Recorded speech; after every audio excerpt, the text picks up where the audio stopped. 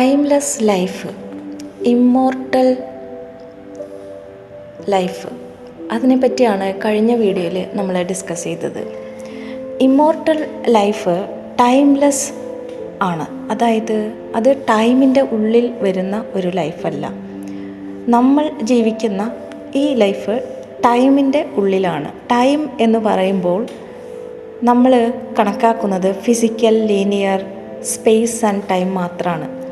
Actually അതല്ല time എന്ന് പറയുന്നത്. ഫിസിക്കൽ ടൈം ക്ലോക്ക് ഉണ്ട്, അതേപോലെ biological time clock, many time clocks ഉണ്ട്, അതേപോലെ മെൻ്റൽ ടൈം ക്ലോക്ക്സ് ഉണ്ട്, സൈക്കോളജിക്കൽ ടൈം ലൂപ്പ് പാറ്റേൺസ് ഉണ്ട്, അതേപോലെ അറ്റോമിക് ടൈം ക്ലോക്ക് ഉണ്ട്. അറ്റോമിക് ടൈം എന്ന് പറയുമ്പോൾ സൂര്യൻ്റെയോ നക്ഷത്രങ്ങളുടെയോ ഒക്കെ ലൈഫ് നോക്കിക്കഴിഞ്ഞാൽ അറ്റോമിക് ടൈം ക്ലോക്കിലാണ്. അവിടെ ആ ടൈം ഡ്യൂറേഷൻ ഉണ്ടായിരിക്കും. അതിനടുത്തതാണ് കോൺഷ്യസ്നസ്, അവെയർനെസ്, അവബോധ തലത്തിലേക്ക്. അവിടെയും ടൈം ക്ലോക്ക്സ് ഉണ്ട്, ലിമിറ്റ് ഉണ്ട്. പക്ഷേ അത് ഡ്യൂറേഷൻ കൂടുതലാണ്. ആ ബ്രഹ്മകൽപ്പം എന്നുള്ളൊരു കാല അളവ് അതിനുണ്ടായിരിക്കും, ലോങ് ടൈം ഡ്യൂറേഷൻ ഉണ്ടായിരിക്കും. അപ്പോൾ ഇത്രയും ലോങ് ഡ്യൂറേഷനുള്ള ഒരു ടൈമിൻ്റെ ഉള്ളിലാണ് നമ്മൾ ഫിസിക്കൽ ലൈഫ് നയിക്കുന്നത്. പക്ഷേ നമ്മൾ കണക്കാക്കുമ്പോൾ ഫിസിക്കൽ ടൈം ക്ലോക്ക് മാത്രമാണ് ടൈം എന്ന് പറയുന്നത്. ഈ ഫിസിക്കൽ ടൈമിൻ അല്ലെങ്കിൽ ബയോളജിക്കൽ ടൈമിൻ്റെ ഉള്ളിൽ മാത്രമാണ് ഈ നമ്മൾ ക്രിയേറ്റ് ചെയ്തിരിക്കുന്ന സയൻസ് അല്ലെങ്കിൽ ഇക്വേഷൻസ് എല്ലാം യൂസ് ചെയ്യാൻ പറ്റുള്ളൂ. എനർജി, മാറ്റർ, വൈബ്രേഷൻസിനാണ് ഇവിടെ സംഭവിക്കുന്നത്. എന്നാൽ കോൺഷ്യസ്നസ്, അവെയർനെസ്, ആ ഒരു തലത്തിലേക്കുള്ള ആ വൈബ്രേഷന് നമുക്ക് ഒരു ഇക്വേഷനൊന്നും ഇല്ല. അപ്പോൾ ടൈമിൻ്റെ ഉള്ളിൽ ലിമിറ്റഡാണ് നമ്മൾ കണ്ടുപിടിക്കുന്ന എല്ലാ സയൻസും കാര്യങ്ങളും എല്ലാം. ടൈംലെസ്, ബിയോണ്ട് ടൈംലെസ്, അത് നമുക്ക് ആ ഒരു എക്സ്പീരിയൻസ് ഫിസിക്കലി സാധ്യമല്ല. എന്നാൽ മെൻ്റലി നമുക്ക് എക്സ്പീരിയൻസ് ചെയ്യാൻ പറ്റുന്ന ഒരു കാര്യമാണ് ടൈംലെസ്. ആ ഒരു ടൈംലെസ് എല്ലായ്പ്പോഴും നമുക്ക് എക്സ്പീരിയൻസ് ചെയ്യാൻ സാധിക്കില്ല. വളരെ റെയറായിട്ടുള്ള ആ ഒരു സിറ്റുവേഷനിൽ ചിലപ്പോൾ നമ്മൾ ടൈംലെസ് എക്സ്പീരിയൻസ് ചെയ്തിട്ടുണ്ടാവും. ഇമ്മോർട്ടൽ ലൈഫ് എന്ന് പറയുമ്പോൾ അതിന് ഫിസിക്കൽ ബോഡിയോ ബയോളജിക്കൽ ബോഡിയോ മെൻ്റൽ ബോഡിയോ കോൺഷ്യസ്നസ് പോലും അവിടെയില്ല. അവിടെ അത് ടൈം കടന്നിട്ടുള്ള ഒരു ലൈഫാണ്. അപ്പോൾ ലൈഫ് എന്ന് പറയുന്നത് ലിമിറ്റഡ് ആണോ? നമ്മളുടെ ഈ ഭൂമി അല്ലെങ്കിൽ നമ്മളുടെ ഈ പ്രപഞ്ചം, ഈ മാറ്റർ, ഈ വേൾഡിനുള്ളിൽ ലിമിറ്റഡ് ആണോ എന്ന് ചോദിച്ചു കഴിഞ്ഞാൽ നമ്മൾക്കത് ചിന്തിക്കേണ്ട ഒരു വിഷയം തന്നെയാണ്. കാരണം ജീവനില്ലാത്തൊരു വസ്തുക്കളിൽ അത് എക്സിസ്റ്റൻസ് ആയിട്ട് നിലകൊള്ളുന്നു. ഞാൻ ഇവിടെ ഉണ്ട് എന്നുള്ള സൈലൻ്റ് ആയിട്ടുള്ള ഒരു സ്റ്റേറ്റ്മെൻറ്റ് പോലെ അത് ലൈഫായിട്ട് ഇരിക്കുന്നു. എന്നാൽ ജീവനുള്ള സസ്യജാലങ്ങളിൽ അത് വളർച്ച, അതിൻ്റെ റീപ്രൊഡക്ഷൻസ്, മൂവ്മെൻറ്റ് എല്ലാം അതിലൂടെ പ്രകടമാക്കിക്കൊണ്ടിരിക്കുന്നു. ഇനി അനിമൽസിലാകട്ടെ അത് ഒരു പടിയും കൂടി മൂവ്മെൻറ്റും കൂടി കടന്ന് ഇമോഷൻസ്, ഇൻ്റലിജൻസ് കൂടി അത് പ്രകടമാക്കുന്നുണ്ട്. എന്നാൽ ഹ്യൂമൻസിൽ ആ ലൈഫ് ഹ്യൂമൻ ഫോമിൽ കൂടുതൽ കോംപ്ലക്സ് ആയിട്ടുള്ള അറ്റോമിക് സ്ട്രക്ചറുകളുള്ള DNA ഉള്ള ഹ്യൂമൻ ഫോമിൽ കുറച്ചും കൂടി കടന്ന ഒരു എക്സ്പ്രഷൻസാണ് ലൈഫ് പ്രകടമാകുന്നത്. അവിടെ അവബോധ തലം കൂടി വർക്കാകുന്നു.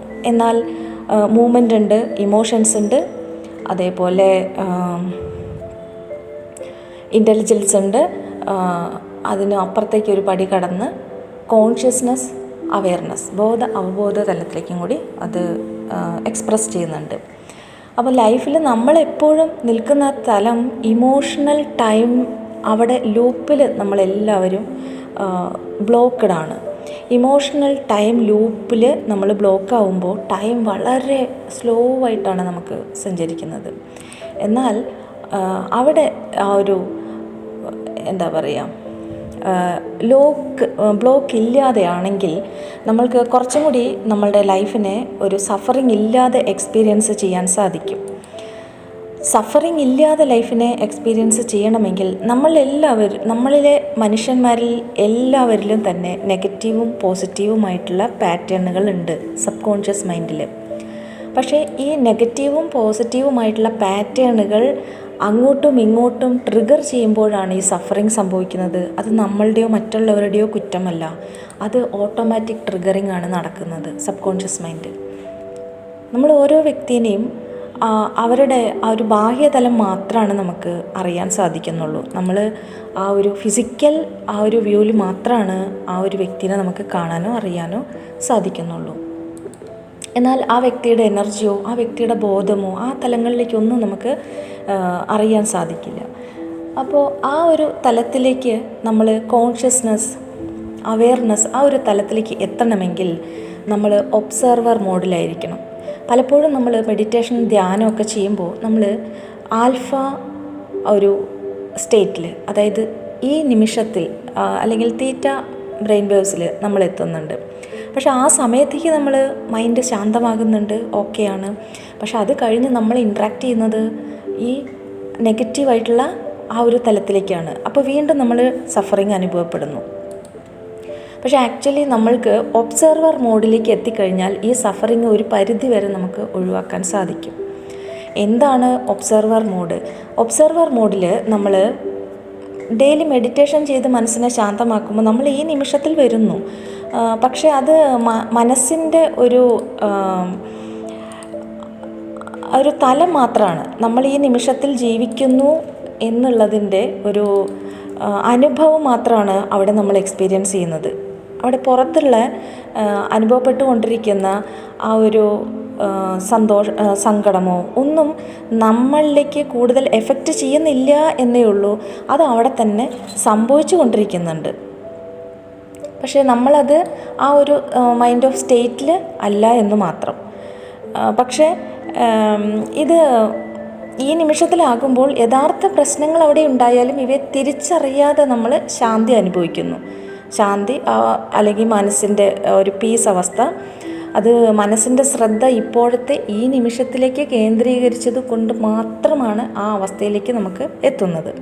പക്ഷേ അവിടെ പ്രശ്നങ്ങളില്ലാതാകുന്നില്ല. അതിന് ഒരേ ഒരു സൊല്യൂഷനേ ഉള്ളൂ, ഒബ്സർവർ മോഡിലേക്ക് എത്തുക എന്നുള്ളത്. ആൽഫ പ്ലസ് ഗാമ ആ ഒരു ഫ്രീക്വൻസിയിലേക്ക് നമ്മളുടെ മൈൻഡിനെ കൊണ്ടുവരണം. അല്ലെങ്കിൽ തീറ്റ പ്ലസ് ഗാമ അങ്ങനെ ഒരു ഡയമെൻഷനിലേക്ക്, ആ ഒരു ഫ്രീക്വൻസിയിലേക്ക് ബ്രെയിൻ എത്തിച്ചേരണം. ഒബ്സർവ് ചെയ്യാൻ സാധിക്കണം. അതായത് നമ്മളുടെ ഉള്ളിലുണ്ടാകുന്ന ഓരോ ചിന്തയും നമ്മളുടെ നിരീക്ഷണത്തിലൂടെ കടന്നു പോകാൻ അനുവദിക്കണം. നമ്മളുടെ മനസ്സിലുണ്ടാകുന്ന ഓരോ ഇമോഷനും നമ്മളുടെ നിരീക്ഷണത്തിലൂടെ കടന്നു പോകണം. ഇത് രണ്ടും ഉണ്ടെങ്കിൽ മാത്രമാണ് നമ്മൾ ഒബ്സർവർ മോഡിലേക്ക് എത്തുള്ളൂ. ഒബ്സർവർ മോഡിലേക്ക് എത്തിക്കഴിഞ്ഞാൽ ഒരു മനുഷ്യൻ്റെ സബ് കോൺഷ്യസ് മൈൻഡിലുള്ള നെഗറ്റീവ് പാറ്റേണുകളൊന്നും നമ്മളെ ട്രിഗർ ചെയ്യില്ല. അല്ലെങ്കിൽ നമ്മളിലുള്ള നെഗറ്റീവ് പാറ്റേണുകളൊന്നും മറ്റുള്ള വ്യക്തികളെയും ട്രിഗർ ചെയ്യില്ല. നമ്മൾക്ക് അവരുടെ ഉള്ളിലത്തെ ആ ചൈതന്യത്തെയാണ് അറിയാൻ സാധിക്കുക. കാരണം നമ്മൾ ആ ഒബ്സർവർ മോഡിലാണ് നിൽക്കുന്നത്. എന്നാൽ ആ വ്യക്തി എത്രത്തോളം നെഗറ്റീവായാലും നമ്മൾക്കത് മനസ്സിലായാൽ പോലും നമ്മൾ ആ വ്യക്തിയുടെ നിസ്സഹായമായ അവസ്ഥയെ നമ്മൾ മനസ്സിലാക്കാൻ സാധിക്കും. കാരണം ആ വ്യക്തിയുടെ കൺട്രോളിലല്ല സബ് കോൺഷ്യസ് പാറ്റേണുകൾ വർക്കാകുന്നത്, ഓട്ടോമാറ്റിക്കാണ്. അപ്പോൾ എന്നിലും നിങ്ങളിലും എല്ലാവരിലും നെഗറ്റീവും പോസിറ്റീവും എല്ലാം ഉണ്ടാകും. പക്ഷെ നമ്മൾ ഒബ്സർവർ മോഡിലേക്ക് എത്തിക്കഴിഞ്ഞാൽ ഈ നെഗറ്റീവ് പാറ്റേണുകൾക്ക് നമ്മളുടെ ഉള്ളിൽ പ്രവർത്തിക്കാൻ സാധിക്കില്ല. കാരണം നമ്മൾ ഒബ്സർവ് ചെയ്തുകൊണ്ടിരിക്കുകയാണ്. ഈ നെഗറ്റീവ് പാറ്റേണുകൾ നമ്മൾക്ക് ആവശ്യമാണ്. ആക്ച്വലി ഇതെല്ലാം ഉണ്ടെങ്കിലേ നമ്മൾക്ക് എല്ലാ അറിവും ലഭിക്കുള്ളൂ. എന്താണ് ദേഷ്യം, എന്താണ് വെറുപ്പ്, ഇതൊക്കെ നമ്മൾ അറിയേണ്ട ഒന്ന് തന്നെയാണ്. പക്ഷെ അറിഞ്ഞ് കഴിയുമ്പോൾ അതിനെ ഡിറ്റാച്ച് ചെയ്തുകൊണ്ട് നമ്മൾ ഒബ്സർവ് ചെയ്തുകൊണ്ട് കടന്നു പോകാൻ അനുവദിക്കണം. ആ ഒരു അവസ്ഥയിൽ മാത്രമാണ് മനുഷ്യന് സഫറിങ് ഇല്ലാതെ ലൈഫിലൂടെ സഞ്ചരിക്കാൻ സാധിക്കുള്ളൂ. അപ്പോൾ മനസ്സിൻ്റെ ഏറ്റവും വലിയ സീക്രട്ടിൽ ഒന്നാണ് ഒബ്സർവർ ക്വാളിറ്റി, ഒബ്സർവർ മോഡിലെത്തുക എന്നുള്ളത്. നമ്മൾ എത്ര മെഡിറ്റേഷനോ പ്രാണായാമോ ടെക്നിക്കോ ഒക്കെ ഉപയോഗിച്ച് നമ്മളുടെ മനസ്സിനെ ശാന്തമാക്കാൻ ശ്രമിച്ചാലും പലപ്പോഴും ആ കുറഞ്ഞ സമയത്തേക്ക്, ആ മെഡിറ്റേഷൻ ചെയ്യുന്ന സമയത്തേക്ക് മാത്രമാണ് മനസ്സ് ശാന്തമാകുന്നുള്ളൂ. പ്രശ്നങ്ങൾ അവിടെ ഇല്ലാതാകുന്നില്ല. പക്ഷെ ഒബ്സർവർ മോഡിലാണ് എങ്കിൽ നമ്മളിലുണ്ടാകുന്ന ഓരോ പ്രശ്നവും അതാത് സമയത്ത് സോൾവ് ചെയ്തുകൊണ്ടായിരിക്കും കടന്നു പോകുന്നുണ്ടാവുക. ആ ഒബ്സർവർ മോഡാണ് നമ്മൾ കോൺഷ്യസ്നെസ്, അവെയർനെസ് ആ തലത്തിലേക്ക് മനുഷ്യന് പ്രവർത്തിക്കുന്നത്. അപ്പോൾ മനുഷ്യന് എത്താൻ പറ്റുന്ന ഏറ്റവും ഉയർന്ന തലം അവെയർനെസ് ആ ഒരു തലത്തിലേക്കാണ്. ടൈംലെസ് മോഡിലേക്ക് നമുക്ക് വളരെ ചെറിയ എക്സ്പീരിയൻസ് മാത്രമാണ് കിട്ടുള്ളൂ. എല്ലാവർക്കും അത് ലഭിക്കണം എന്നില്ല. നമ്മൾ ഒരുപാട് ധ്യാനം മെഡിറ്റേഷനൊക്കെ ചെയ്യുമ്പോൾ ചില സമയത്ത് നമ്മൾ ആ ടൈംലെസ് എക്സ്പീരിയൻസിലേക്ക് എത്തിപ്പെടാൻ സാധ്യതയുണ്ട്. അതും വളരെ കുറഞ്ഞ സമയത്തേക്ക് മാത്രം. പക്ഷേ അതൊന്നും ശാശ്വതമല്ല. നമ്മൾ ഫിസിക്കൽ യൂണിവേഴ്സിലൂടെ സഞ്ചരിച്ചുകൊണ്ടിരിക്കുമ്പോൾ നമ്മൾക്ക് ആവശ്യം സന്തോഷവും സമാധാനവും അതേപോലെ സംതൃപ്തിയും സാറ്റിസ്ഫാക്ഷനുമാണ്. മനുഷ്യനെല്ലാവരും ആ ഒരു മാനസിക ഉല്ലാസം ആഗ്രഹിക്കുന്ന വ്യക്തികളാണ്. അതിപ്പോൾ നമ്മളുടെ വീട്ടിൽ കുടുംബത്തിൽ എല്ലാവരും നമ്മൾക്ക് വളരെയധികം കെയറോടുകൂടി എല്ലാ കാര്യങ്ങളും ചെയ്തു തരുന്നുണ്ടാവും, വളരെ ഉത്തരവാദിത്വത്തോടു കൂടി എല്ലാം നിർവഹിച്ചു തരുന്നുണ്ടാവും. എങ്കിൽ കൂടി നമ്മളൊന്ന് ശ്രദ്ധിച്ചറിയാം, നമ്മളുടെ ഫ്രണ്ട്സിനോട് സംസാരിക്കുമ്പോൾ കിട്ടുന്ന ആ ഒരു മാനസിക ഉല്ലാസം, സന്തോഷം നമുക്ക് ചിലപ്പോൾ നമ്മളെ കെയർ ചെയ്യുന്ന, നമ്മൾക്ക് എല്ലാ കാര്യങ്ങളും ചെയ്തു തരുന്ന വ്യക്തിയിൽ നിന്ന് ചിലപ്പോൾ നമുക്ക് കിട്ടണമെന്നില്ല. അവരവിടെ അവരുടെ കടമകൾ നിർവഹിക്കുന്നു, പക്ഷേ ആ ഒരു മാനസിക ഉല്ലാസം ചിലപ്പോൾ അവിടെ നമുക്ക് ഫീൽ ചെയ്യണമെന്നില്ല. മനുഷ്യൻ ഇത് മനസ്സിലാക്കേണ്ട ഒന്നാണ്.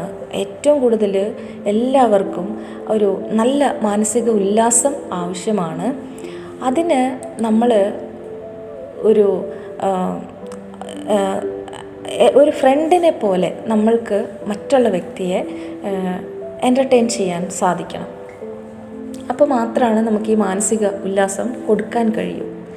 അതേപോലെ ഓരോ വ്യക്തിയും നമ്മൾ ഒബ്സർവർ ക്വാളിറ്റിയിലൂടെ നമ്മളിലേക്ക് എത്തുമ്പോൾ, നമ്മൾ ഒബ്സർവർ ക്വാളിറ്റിയിലാണ് എങ്കിൽ ആ വ്യക്തിയുടെ നെഗറ്റീവ് പാറ്റേണുകളൊക്കെ നമുക്ക് തിരിച്ചറിയാൻ സാധിക്കും. പക്ഷെ അതൊന്നും നമ്മളെ ട്രിഗർ ചെയ്യില്ല. അതേപോലെ നമ്മൾക്കും ഉണ്ട് ഒരുപാട് നെഗറ്റീവ് പാറ്റേൺസുകൾ. നമ്മൾ ജീവിച്ച് വളർന്നു വന്ന സാഹചര്യത്തിലൂടെ നമ്മളിലേക്ക് നമ്മളറിയാതെ കടന്നുകൂടിയിട്ടുള്ള സബ് കോൺഷ്യസ് മൈൻഡ് ബിഹേവിയർ, ആ ഒരു ഹാബിറ്റ് അല്ലെങ്കിൽ നമ്മളുടെ ആ ഒരു ക്യാരക്ടർ, സ്വഭാവം, ഇതൊക്കെ നമ്മളിലും ഉണ്ട്. പക്ഷേ ഇതൊന്നും അവരെയും ട്രിഗർ ചെയ്യില്ല. കാരണം ആ വ്യക്തിയുടെ വാല്യൂ എത്രത്തോളം വലുതാണ് എന്ന് നമ്മൾ ഒബ്സർവർ മോഡിലിരിക്കുമ്പോൾ നമുക്ക് മനസ്സിലാവും. ആ വ്യക്തിയുടെ പ്രസൻസ് നമ്മൾ വളരെയധികം സന്തോഷം അനുഭവിക്കും.